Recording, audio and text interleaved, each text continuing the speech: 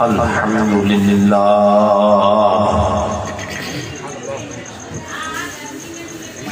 الحمد لله نحمده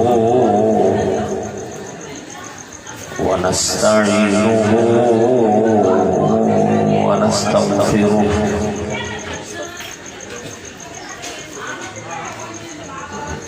ونؤمن به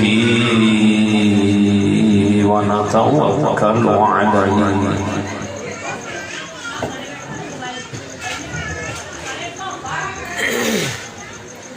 ونعوذ بالله من شرور أنفسنا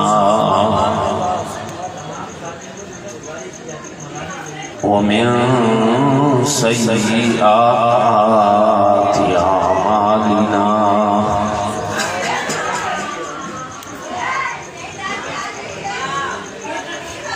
من يهده الله فلا مضل له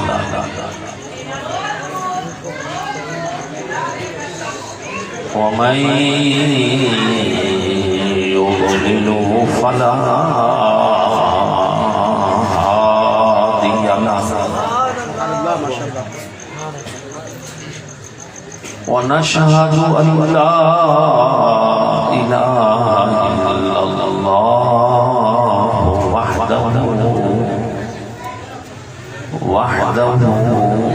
وحده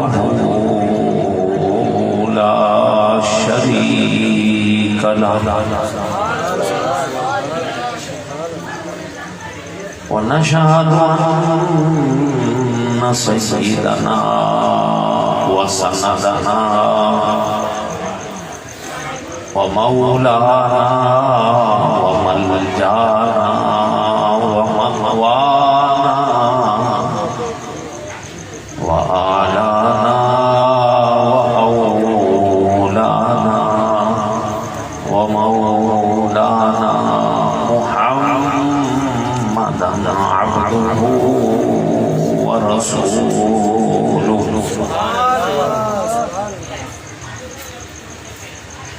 أما بعد فأعوذ بالله من الشيطان الرجيم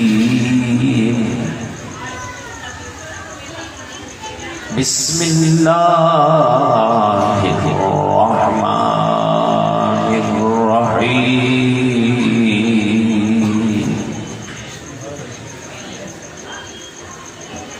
يا أيها الناس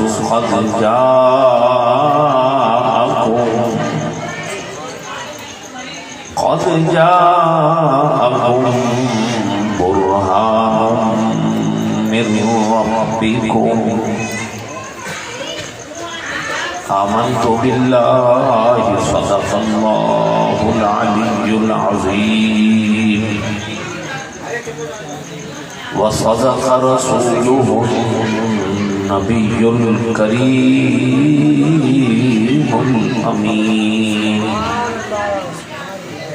ونحن على ذلك لمن الشاهدين والشاكرين والحمد لله رب العالمين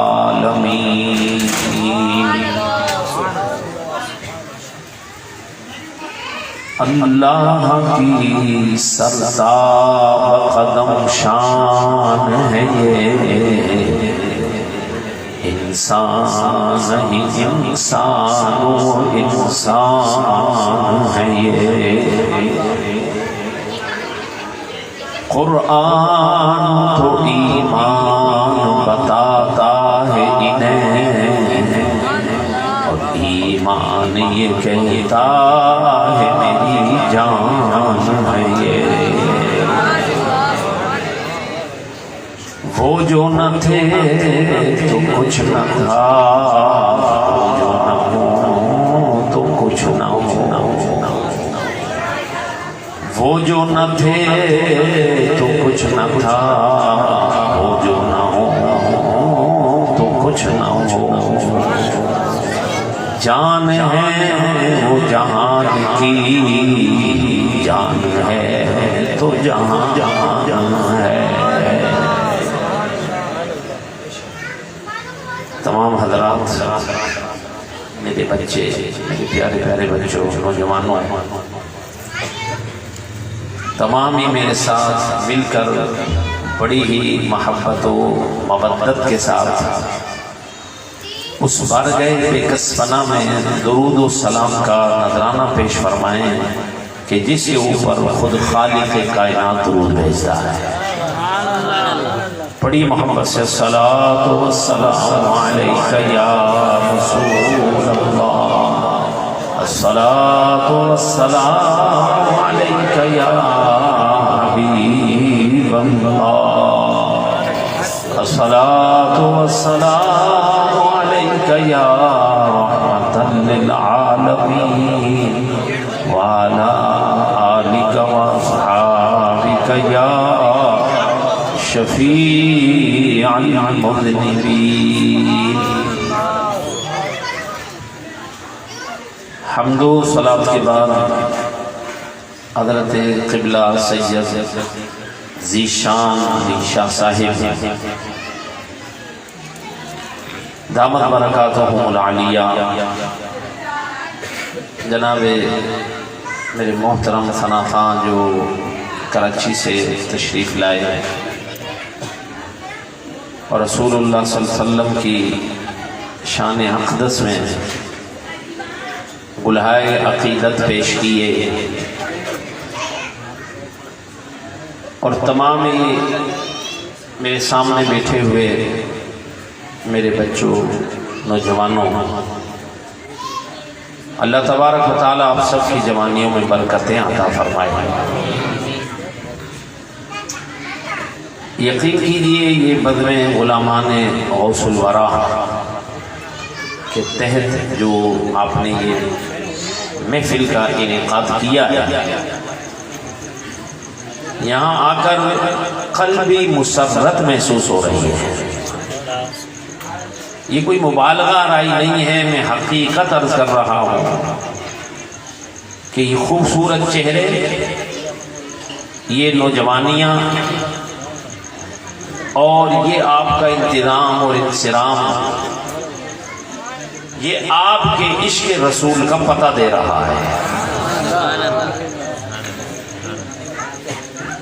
محفل تو بہت سارے لوگ سجاتے ہیں، مگر یہ اہتمام کے کپڑوں کا بھی تو خیال ہے، اور صاحب اجرکوں کی بھی تقسیم ہے، پھر خوبصورت اللہ نے بھی خوبصورت آپ کو بنایا ہے، اور پھر اوپر سے اور آپ نے زیب و زینت اختیار کی ہے۔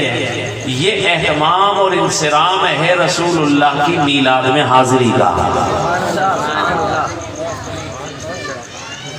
جہاں تک محفل نعت کا تعلق ہے تو مجھے اس پر بھی بڑی خوشی اور مسرت ہو رہی ہے، اور ساتھ ساتھ حیرت بھی ہو رہی ہے کہ یہ جو آپ نے بزم بنا رکھی ہے، یہ تو باقاعدہ ایک اکیڈمی ہے جس میں آپ کی تربیت ہو رہی ہے۔ یہ اتنے سے بچے اور اتنی یہ جو اٹھتی ہوئی جوانیاں ہیں، یہ تو وہ عمر ہے کہ جس میں شیطان بہکاتا ہے اور دنیا کی طرف لے جاتا ہے، گناہوں کی طرف لے جاتا ہے، مگر یہ آپ کے اس ذکر رسول کی برکت ہے جو اللہ تبارک و تعالی نے اپنے رسول کے ذکر کے لیے آپ کا انتخاب فرما لیا ہے۔ آپ کی حفاظت ہو رہی ہے۔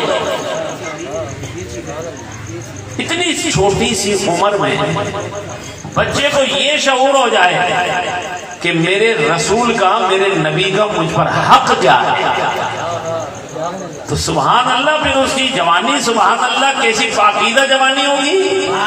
اور یہ یاد رکھ لو کہ بڑھاپے میں تو جا کر بہت سارے لوگ نیک بن ہی جاتے ہیں، اور اگر بڑھاپے بھی نہ بنے تو اس سے تو بڑا ہی کوئی شیطان نہیں ہے کہ جب قبر میں پاؤں لٹک رہے ہیں اور اب بھی وہ مسجد کی طرف اور نماز کی طرف نہیں آ رہا، دین کی طرف نہیں آ رہا۔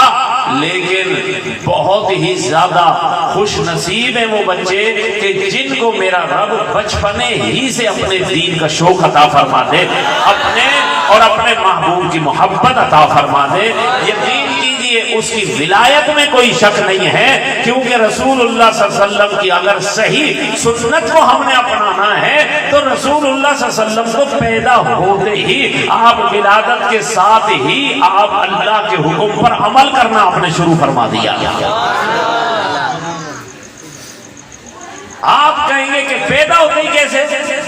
میں نے کہا ہاں، جب حضرت حلیمہ سعدیہ کے ہاں آپ دودھ پی رہے تھے تو اپنی والدہ رضائی والدہ کے ایک طرف کا دودھ پیتے تھے، دوسری طرف کا نہیں پیتے تھے۔ بعد میں جب پوچھا گیا یا رسول اللہ یہ کیا معاملہ تھا، فرمایا میرا بھائی بھی تو تھا نا، اس کا بھی حق مجھ پر تھا، اس کے لیے چھوڑا کرتا تھا۔ یہ ہے رسول اللہ صلی اللہ علیہ وسلم کا سبحان اللہ بچپن۔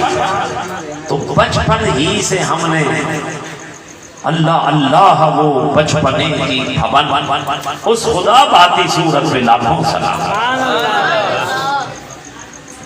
دوستان محترم، بہت ساری محفلیں میں نے اٹینڈ کرتا ہوں روزانہ ہی جلسوں میں، لیکن یہاں میں یہ جو چہرے دیکھ رہا ہوں یہ ہمارا مستقبل ہے، یہ ہمارا مستقبل ہے۔ اور جو بھی حضرات اس بدن کو لے کر میرے نوجوان میرے بچے چل رہے ہیں، یہ کوئی چھوٹا کام نہیں ہے۔ میں کہتا ہوں یہ تو وہ کام کر رہے ہیں جو پیر و مرشد کرتے ہیں، ہماری تربیت کرتے ہیں، استاد کرتے ہیں، بزرگ کرتے ہیں۔ انہوں نے ایسا ماحول بنا لیا ہے کہ بچپن سے لے کر چھوٹے سے لے کر بڑے بچے تک، نوجوان تک اور جوان تک اس میں سب شامل ہیں۔ میری دعا ہے اللہ تبارک و تعالیٰ ان کی جوانیوں میں برکتیں عطا فرمائے، اور جو بزرگ ان کی سرپرستی کر رہے ہیں اللہ تعالیٰ ان کا سایہ تا دیر ان کے سروں پر سلامت فرمائے۔ حضرات محترم، جہاں تک نعت خوانی کا تعلق ہے تو یاد رکھو اگر اپنا عقیدہ مضبوط کرنا چاہتے ہو تو میری بات یاد رکھنا، یہ نعت خوانی ہماری اختراع نہیں، ہماری ایجاد نہیں۔ اگر ہم قرآن مجید کو پڑھیں تو اللہ کی قسم الحمد کے الف سے لے کر سارا قرآن میرے نبی کی نعتوں کا گلدستہ ہے۔ قرآن کی کون سی آیت ہے؟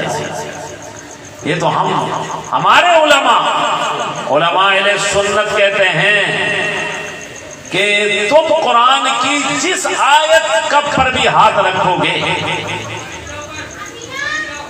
توجہ ہے آپ کی؟ ہاں ذرا یہ ڈسٹرب نہ ہونا، یہ اس سے محفل کیا ہوتا۔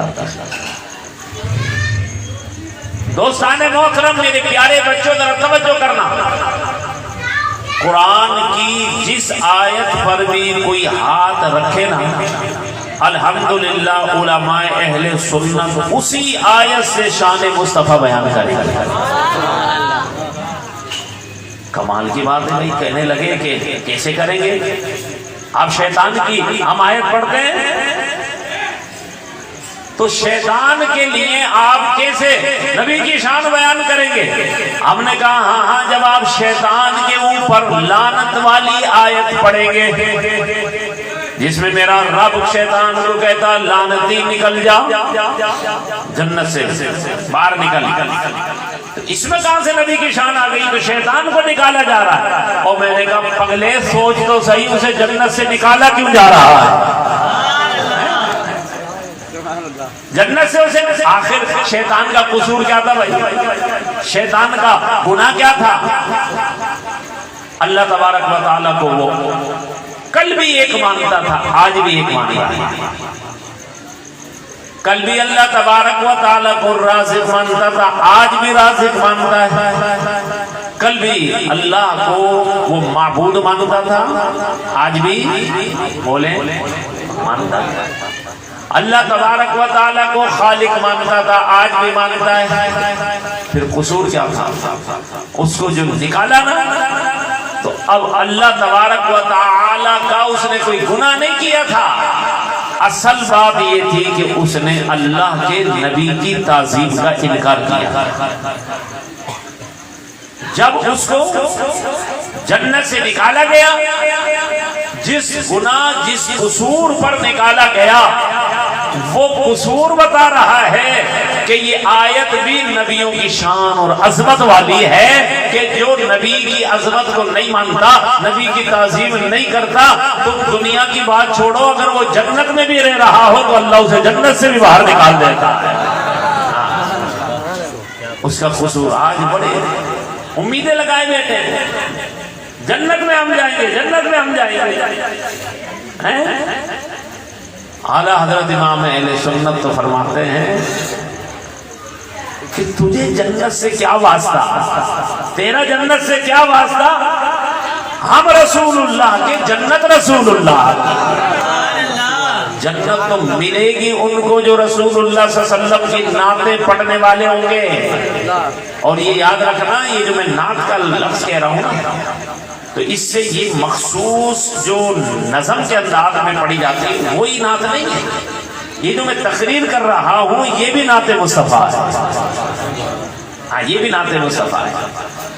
رسول اللہ صلی اللہ علیہ وسلم کی تعریف اور توصیف میں چاہے کوئی نظم میں کرے، چاہے کوئی نثر میں کرے، یہ سب قبول ہی قبول ہے۔ ابھی آپ نے نظم کے انداز میں رسول اللہ صلی اللہ علیہ وسلم کی تعریف سنی، یہ نثر کے انداز میں۔ اب جہاں ابو لہب کا ذکر ہے وہاں شیطان کا ذکر تھا، تو شیطان کا جہاں ذکر ہے نا وہاں سے بھی نعت مصطفیٰ کا پتہ چلتا ہے۔ جو لوگ آج جنت میں جانے کی امیدیں رکھتے ہیں نا، تو میں نے کہا گستاخ رسول اللہ صلی اللہ علیہ وسلم کی تعظیم کا انکار کرنے والا اگر جنت میں رہے تو اللہ نہیں رہنے دیتا، اور یہ یہاں امید لگائے ہوئے ہیں کہ ہم جنت میں جائیں گے۔ تو جنت میں جانے کے لیے تو بنیادی شرط یہ ہے کہ اللہ نمازوں کو نہیں دیکھتا، اللہ حج کو نہیں دیکھتا، اللہ آپ کے صدقہ و خیرات اور نیک اعمال کو نہیں دیکھتا۔ یہ ساری چیزیں ہوں اور تعظیم مصطفیٰ اور محبت مصطفیٰ نہ ہو تو پھر اللہ تبارک و تعالیٰ ساری چیزوں کو بیکار کر دیتا ہے، وہ سب رائگاں چلی جاتی ہیں۔ اور اگر یہ ساری چیزیں ہوں اور ساتھ میں رسول اللہ کی محبت بھی ہو تو پھر اللہ تبارک و تعالیٰ بڑا ہی فضل بھی فرماتا ہے، بڑا ہی پیار اور محبت بھی فرماتا ہے۔ دیکھیے جہاں تک نعت کا تعلق ہے تو جہاں جہاں اللہ تبارک و تعالیٰ نے میرے مصطفیٰ کریم کی شان بیان کی وہ بھی نعت ہے۔ اللہ تبارک و تعالیٰ دشمنان رسول کو جو جواب دے رہا ہے نا یہ بھی نعت مصطفیٰ ہے۔ جب ہم تبت یدا ابی لہب وتب پڑھتے ہیں تو بھئی اس میں کہا رسول اللہ کا ذکر ہے، یہ نعت مصطفیٰ کیسے ہو گئی؟ تو میں نے کہا یہ بھی نعت مصطفیٰ ہے، کیونکہ یہ تو بہت ہی زیادہ شان والی صورت ہے۔ کہنے لگے اس میں تو ابو لہب کا ذکر ہے۔ میں نے کہا ذرا پڑھ تو صحیح کہ ابو لہب کا ذکر کس پیرائے میں آیا ہے۔ جب ابو لہب نے رسول اللہ صلی اللہ علیہ وسلم کی شان میں گستاخی کی، آپ صلی اللہ علیہ وسلم نے سب کو بلایا اور کہا کہ میں اللہ کا رسول ہوں، یہ بت جھوٹے ہیں، اللہ ایک ہے، اس کی عبادت کرو۔ تو سب سے پہلے ابو لہب بھی بولا تھا نا اے محمد تیرے ہاتھ ٹوٹ جائیں، تو تباہ و برباد ہو جائے۔ تو اب نعت مصطفیٰ دیکھو، کہا تھا تو ابو لہب نے، اللہ نے فرمایا محبوب تو جواب نہ دے، تیری طرف سے جواب میں دوں گا۔ اگر تو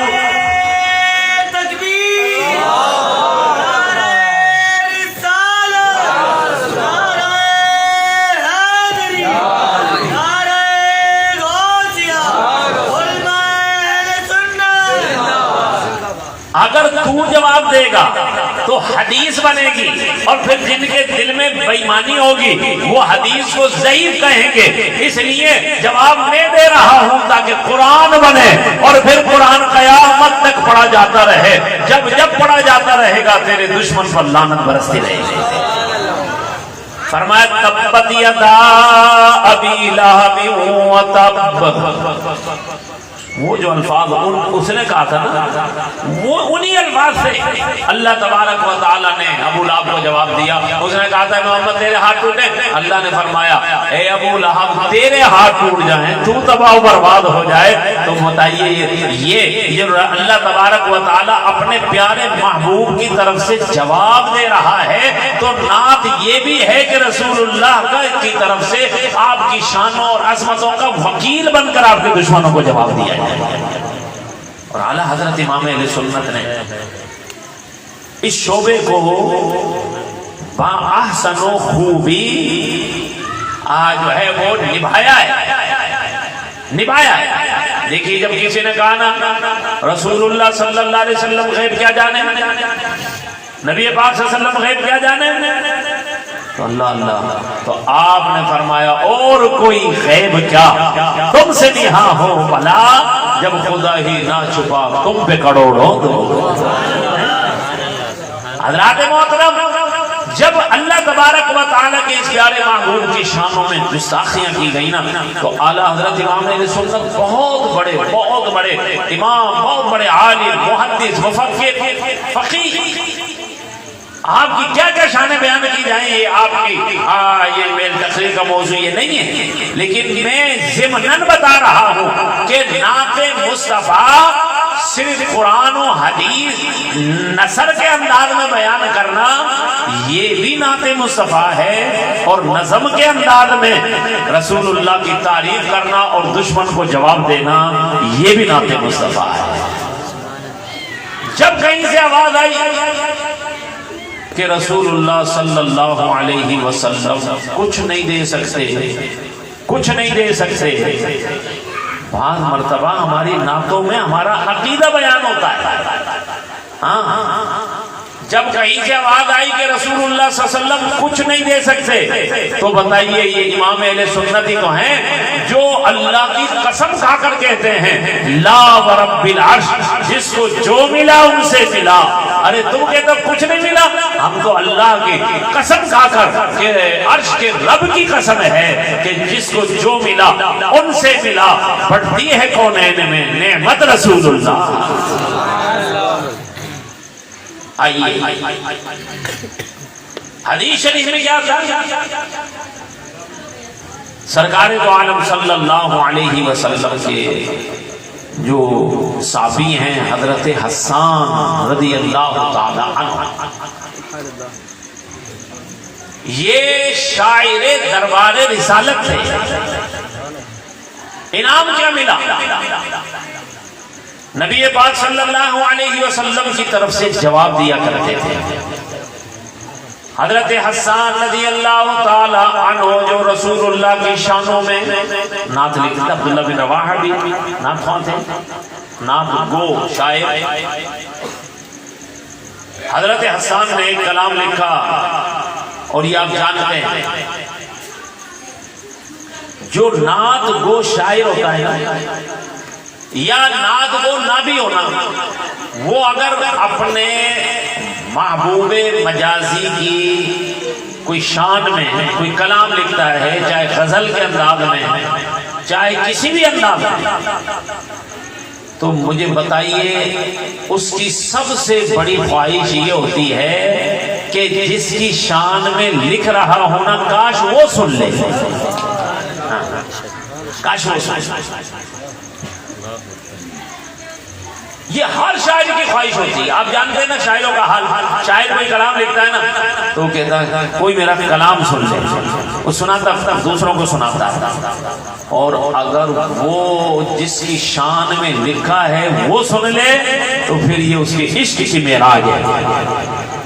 یہ دنیا کا بھی اصول ہے حضرات محترم، دنیا کے مجازی جو عاشق ہوتے ہیں نا، یہ ان کا بھی اصول ہے۔ لیکن یاد رکھو کہ دنیاوی عشق کے بغیر غزل نہیں کہی جا سکتی، اور عشق رسالت کے بغیر نعت نہیں کہی جا سکتی۔ یہ نعت جو ہے یہ عشق رسول کے جو جذبات دل میں ہوتے ہیں نا، یہ پھر قلم پر آتے ہیں، یہ قلم پر آتے ہیں، پھر وہ اپنے محبت کا اظہار کرتا ہے۔ اب حضرت حسان بن ثابت رضی اللہ تعالی عنہ کوئی عام شاعر نہیں، یہ وہ شاعر ہیں کہ جن کی نعتیں دربار رسالت میں قبول ہو چکی ہیں۔ اب نعت خوانی کا صلہ تو دیکھو، نبی پاک صلی اللہ علیہ وسلم نے آپ تشریف فرمائے، حضرت حسان رضی اللہ تعالی عنہ نبی کی شان میں نعت لکھتے رہتے ہیں، کوشش صحابہ کو سنا رہے ہیں۔ ایک دن قسمت نے یاوری کی، قسمت چمک اٹھی، جس کی شان میں نعت لکھی تھی، کلام لکھا تھا، اس محبوب نے خود ہی فرمایا حسان سناؤ نا ہماری شان، سناؤ نا جو ہماری شان میں تم نے لکھا ہے، ذرا سناؤ۔ حضرت عباس رضی اللہ تعالی عنہ بھی رسول اللہ کی بارگاہ میں آ کر عرض کرتے ہیں یا رسول اللہ میں نے آپ کی شان میں کچھ لکھا ہے، اگر اجازت دیں تو سناؤں؟ رسول اللہ صلی اللہ علیہ وسلم فرماتے ہیں سناؤ، اے عباس سناؤ۔ جب آپ نے سنایا نا تو پتہ ہے دعا کیا دی ہے رسول نے؟ فرمایا اللہ تمہارے منہ کو سلامت رکھے، اللہ تمہارے منہ کو سلامت رکھے۔ دوستان محترم یاد رکھنا، یاد رکھنا، نعت میں نے پہلے قرض کر دیا، عموماً ہم نعت اسی کو کہتے ہیں جو نظم کے انداز میں رسول اللہ کی تعریف ہو، لیکن پورا قرآن جو ہے وہ رسول اللہ کی نعتوں کا گلدستہ ہے۔ جب آپ رسول اللہ صلی اللہ علیہ وسلم کی تعریف کرتے ہیں تو سیدھی سی بات ہے بھائی کہ اللہ تبارک و تعالیٰ جو نبی کو شان دینے والا ہے، میں اور آسان کر کے، کیونکہ ذرا بچے زیادہ، نوجوان زیادہ میرے سامنے، میں اور آپ کو آسان کر کے، یہ مجھے ابھی اجرت دی ہمارے عبد الرحمن صاحب جو ابھی بنا خوبصورت اناؤنسنگ کر رہے تھے، ماشاءاللہ اتنی سی عمر میں بڑے اچھے اناؤنسنگ کر رہے ہیں، بڑے اعتماد کے ساتھ، تو یہ بھی آپ کی اس وزن کا حصہ ہے، اور یہ تربیت کا یہ اثر ہے کہ جیسا میں نے شروع میں کہا کہ اتنی سی عمر میں اور پھر رسول اللہ صلی اللہ علیہ وسلم کی عشق اور محبت کے جذبات سینے میں ایسے آ جائیں تو پھر بتائیے وہ سینہ قابل فخر ہے یا نہیں؟ ہر ایک کے دل میں تو یہ محبت نہیں ہوتی، یہ سنیوں کے سینے ہیں جن کے سینوں میں اللہ تبارک و تعالیٰ اپنے محبوب کی محبت رکھتا ہے۔ ہمارے تو بچے کو بھی گھٹی میں رسول اللہ صلی اللہ علیہ وسلم کی محبت پلائی جاتی ہے، اور جس کے دل میں رسول اللہ کی محبت ہوگی، حقیقت یہ ہے کہ اسی کے دل میں اللہ کی بھی محبت ہوگی، قرآن کی بھی محبت ہوگی، اسلام کی بھی محبت ہوگی۔ اور جس کے دل میں رسول اللہ کی محبت نہیں ہوگی، یقین کیجئے نہ خانہ کعبہ کی وہ تعظیم کرتا ہے، نہ قرآن کی تعظیم کرتا ہے، نہ وہ دین اسلام کی تعظیم کرتا ہے، نہ کسی بزرگ کی تعظیم کرتا ہے۔ ہمارے دل میں رسول اللہ کی محبت ہے تو اب رسول اللہ صلی اللہ علیہ وسلم سے نسبت رکھنے والی ہر چیز کی تعظیم کر رہے ہیں۔ ہم نے غوث العظم کو تو دیکھا ہی نہیں، یہ کیا وجہ ہے کہ آج یہ غوث العظم کا ذکر ہو رہا ہے اور غوث العظم کے نام سے بزم آپ نے بنائی ہوئی ہے؟ ان بچوں کو کیا پتا غوث العظم کون ہے؟ ہم نے کسی نے بھی نہیں دیکھا۔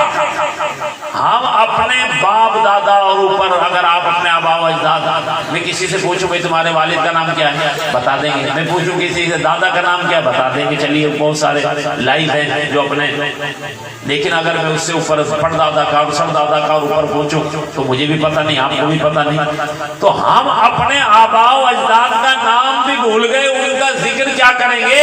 یہ نسبت رسول کی برکتیں تو دیکھو کہ غوث العظم سے ہمارا کوئی رشتہ ہی نہیں ہے، نہ خون کا رشتہ ہے، نہ نسب کا رشتہ ہے، نہ حسب کا رشتہ ہے، نہ شین کا رشتہ ہے، پھر بھی آپ اس گلی میں بیٹھ کر غوث العظم کا ذکر کر رہے ہیں اور بزم بنا رکھی ہے۔ بھئی وجہ کیا ہے؟ آپ بچے سے بھی اگر میں پوچھوں کہ غوث العظم تمہارے کیا لگتے تھے، کیوں بزم بنائی ہے، تو وہ یہی کہے گا نہیں نہیں میرے تو کچھ نہیں لگتے تھے، میرے آقا کریم کی اولاد میں سے تھے، میرے رسول سے نسبت ہے۔ تو آج بچہ بھی ان کی تعظیم کر رہا ہے، یہ محبت رسول ہے۔ اب یہ جو شانیں ہمارے آقا کو اللہ نے عطا فرمائی، یہ جو آپ تعریف کر رہے ہیں، یہ جلسہ رکھوایا، تقریر سن رہے ہیں، ابھی نعت خوانی ہوئی، تو ایمانداری سے بتانا ذرا مجھے، میں مثال دے رہا ہوں تاکہ آسان ہو جائے نا بات۔ یہ مجھے ابھی اجرت دی، اب میں اس کی کہتا ہوں بھائی بہت ہی خوبصورت اجرک ہے، رنگ و روغن بہت اچھے، ڈیزائن بھی بڑا اچھا ہے، کپڑا بھی بڑا قیمتی ہے، مجھے بڑی پسند ہے، مثال ہے۔ تو مجھے بتائیے جس نے دی ہے وہ ناراض ہوگا یا خوش ہوگا؟ بولیں خوش ہوگا یا ناراض ہوگا؟ سوچ کے بتائیں، پکی بات ہے نا۔ وہ جس نے یہ دی ہے نا اس کا میں نام بھی نہیں لوں، یہ مذہب والوں نے مجھے دی ہے تو میں نام بھی نہیں لے رہا، لیکن اگر تعریف کرتا ہوں تو یہ سارے خوش ہو رہے ہیں کہ چلو مولوی صاحب کو ہم نے ایک تحفہ دیا ہے تو وہ خوش ہو رہے ہیں۔ تو اصول سمجھ میں آ گیا کہ جو جس کی عطا ہوتی ہے وہ عطاؤں کا ذکر کرو گے تو پھر وہ عطا کرنے والا خوش ہوگا۔ جب ہم نبی پاک صلی اللہ علیہ وسلم کا ذکر کرتے ہیں تو آقا دو عالم صلی اللہ علیہ وسلم تو دعائیں دیتے ہی ہیں، اللہ تمہارے منہ کو سلامت رکھے، اللہ تمہارے منہ کو سلامت رکھے، یہ رسول اللہ کی دعا ہے۔ یہی تو وجہ ہے کہ رسول اللہ صلی اللہ علیہ وسلم کا ذکر کرنے والوں کے چہرے بھی نورانی ہو جاتے ہیں۔ جو رسول اللہ صلی اللہ علیہ وسلم کا ذکر کرتا ہے، ذکر کر کے خوش ہوتا ہے، ایسا لگتا ہے گلاب کھلا ہوا ہے، اور جہاں رسول اللہ صلی اللہ علیہ وسلم کا ذکر سن کر پس مردگی آ جاتی ہے، ایسا لگتا ہے بلب فیوز ہو گیا ہے۔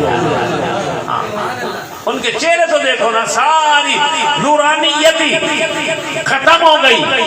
کیوں ختم ہو گئی؟ چہرے سے بھی ڈر لگ رہا ہے، حالانکہ حافظ بھی ہے، قاری بھی ہے، علامہ صاحب بھی ہے، محدث بھی ہے، استاد بھی ہے، لیکن رونق چہرے کی نہ جانے کہاں چلی گئی۔ یا اللہ یہ کیا معاملہ ہے؟ فرمایا جو میرے نبی کو نور نہیں مانتے ان کے چہروں سے بھی نور غائب کر دوں گا۔ آپ ہمارے علماء کو دیکھیں، سبحان اللہ۔ عزیزان محترم میں یہ کہہ رہا ہوں کہ دیکھیے جس نے چیز دی میں اس کا نام بھی نہیں لیتا، لیکن اگر وہ ہے نا موجود تو خوش ہوتا ہے۔ تو جب ہم رسول اللہ کی تعریف کرتے ہیں، رسول اللہ صلی اللہ علیہ وسلم کے علم غیب کی تعریف کرتے ہیں، آپ کی میلاد بیان کرتے ہیں، آپ کا حاضر و ناظر ہونا بیان کرتے ہیں، آپ کی نورانیت بیان کرتے ہیں، آپ کا اختیار بیان کرتے ہیں، تو بتائیے نبی پاک صلی اللہ علیہ وسلم تو دعا دیں گے، لیکن جس نے یہ شانیں دی ہے نا وہ رب بھی خوش ہو رہا ہے، وہ رب بھی آپ سے خوش ہو رہا ہے۔ دوستان محترم، حضرت حسان بن ثابت رضی اللہ تعالی عنہ جب نعت لکھی نا، اب سننے کی بات ہے، نعت لکھی اور ظاہر ایک نعت خواہ یا نعت گو شاعر اس کی خواہش ہوتی ہے کہ جس کی شان میں کلام لکھا ہے نا کبھی تو موقع ملے، وہ میرا محبوب خود کہے کہ سناؤ نا میری شان میں جو کہا ہے۔ ایک تو یہ نا خود جا کر کہے کہ میں نے آپ کی شان میں کچھ لکھا ہے، سناؤں اگر اجازت ہے، یہ بھی اجازت ملنا بھی بڑی بات ہے، لیکن اس سے بڑی بات یہ ہے کہ خود محبوب کہے سناؤ جو تم نے ہماری شان میں کہا ہے۔ حضرت حسان کی قسمت چمک اٹھی، کل تک دوسروں کو سناتے تھے، آج خود محبوب حقیقی نے کہا حسان سناؤ ہماری نعت، ہماری نعت سنا۔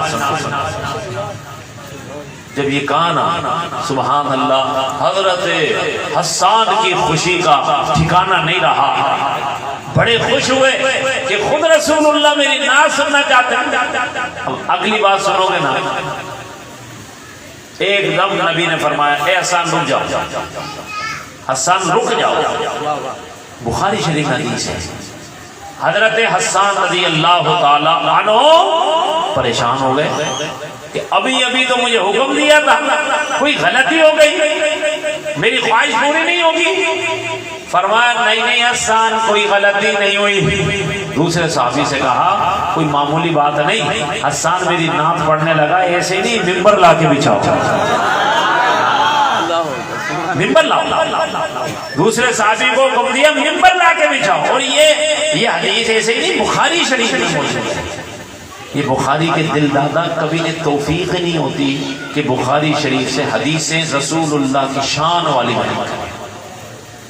میں تو اکثر تقریروں میں کہتا ہوں کہ دیکھیے خود مسجد نبوی کا امام، حرم کا امام، میں نے شروع میں کیا بات عرض کی کہ ہم نسبتوں والے ہیں، اگر سرکار سے نسبت ہے نا تو پھر مدینہ منورہ کا کتا بھی ہمیں بڑا پیارا ہے، اور اگر رسول اللہ کا کوئی باغی ہے نا، رسول اللہ کا گستاخ بھی ہے اور زبردستی مسلح پر قابض ہے، تو پھر ہمارے لیے کوئی احترام نہیں، کوئی احترام نہیں۔ ہاں اگر نبی پاک صلی اللہ علیہ وسلم کا وہ چاہنے والا محب ہے اور تعظیم کرنے والا ہے تو یقین کیجیے اس کی جوتیاں بھی ہمارے سر کا تاج ہے۔ لیکن ہم یہ دیکھتے ہیں کہ ہم یہاں پاکستان میں ہو کر نبی پاک صلی اللہ علیہ وسلم کی شان میں معجزات بیان کر رہے ہیں، اور وہاں وہ کیوں، کیا بخاری شریف یا وہاں کوئی اور بخاری ہے، وہاں کوئی اور قرآن ہے؟ یہ جو میں نے آیت پڑھی ہے یہ آیت کبھی نہیں پڑھی۔ قد جاءکم من اللہ نور وکتاب مبین، یہ آیت کبھی نہیں پڑھی۔ وَلَوْ أَنَّهُمْ إِذْ ظَلَمُوا أَنفُسَهُمْ جَاءُوكَ فَاسْتَغْفَرُوا اللَّهَ وَاسْتَغْفَرَ لَهُمُ الرَّسُولُ لَوَجَدُوا اللَّهَ تَوَّابًا رَحِيمًا۔ نہیں پڑھی۔ کیوں؟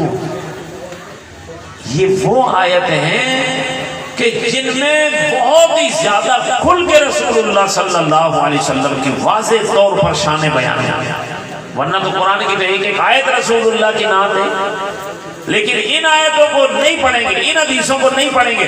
ذرا سوچیں کہ کتنا مزہ آئے کہ مسجد نبوی کا امام ستون حنانہ کی طرف اشارہ کر کے کہے مسلمانوں یہ وہی ستون ہے جو میرے اور آپ کے آقا محمد رسول اللہ کی محبت میں جدائی میں رویا تھا۔ شاید آپ کو یہ بات پوری طرح معلوم نہیں ہے، اسی لیے تھوڑی ہلکی سبحان اللہ، جن کو پتہ ہے نا اس کے پس منظر، یہ وہ ستون ہے جس پر آقا کریم ٹیک لگا کر خطبہ ارشاد فرمایا کرتا ہے، یہ وہ ستون ہے۔ اور جب آپ کے لیے منبر تیار ہو گیا، اب نبی پاک صلی اللہ علیہ وسلم اس منبر پر تشریف لے گئے، اس ستون کو آپ نے چھوڑ دیا۔ اور کمال کی بات یہ ہے کہ یہ بھی بخاری شریف کی حدیث ہے۔ ہمیں کہتے ہیں کہ یہ قرآن نہیں پڑھتے، یہ حدیثیں نہیں پڑھتے، یہ کس سے کہانیاں بیان کرتے ہیں۔ ہم نے کہا اللہ کی قسم، اللہ کا قرآن ساتھ دیتا ہے تب وہ بھی ہمارا، اور مصطفیٰ کا فرمان ساتھ دیتا ہے تو وہ بھی ہمارا۔ ایسے دعوے کرنے سے کیا ہوتا ہے؟ ہم قرآن پڑھتے ہیں، میاں قرآن پڑھ لینا ہی کافی نہیں۔ قرآن اگر صرف پڑھنے کی بات ہو تو وہ تو انگریز بھی پڑھتا ہے، وہ تو ہمارا دشمن بھی پڑھتا ہے قرآن۔ کیوں پڑھتا ہے؟ تاکہ کوئی ایسی بات نکالوں، تاکہ مسلمانوں کی گرفت کروں، ان کے نبی کی گستاخی کروں۔ قرآن تو ہندو بھی پڑھتا ہے، ان کے پنڈت کو پادری، جس طرح ہم ان کی مذہبی کتابیں پڑھتے ہیں تو وہ بھی ہماری مذہبی کتابیں پڑھتے ہیں۔ تو پڑھنا ہی مسئلہ نہیں ہے، اصل ہے اس قرآن سے آپ کو ملا کیا اور کب ملے گا۔ قرآن اس کی سمجھ میں آ ہی نہیں سکتا جو رسول اللہ سے دور ہو، جو کہے ہمیں اللہ ہی کافی ہے۔ قرآن اس کے سمجھ میں آتا ہے جس کے ہاتھوں میں صاحب قرآن کا دامن ہوا کرتا ہے، اور حدیث بھی نہیں سمجھ میں آتی۔ بے حب نبی جو پڑھتے ہیں بخاری، آتا ہے بخار، ان کو بخاری نہیں آتی۔ سمجھے آپ کچھ؟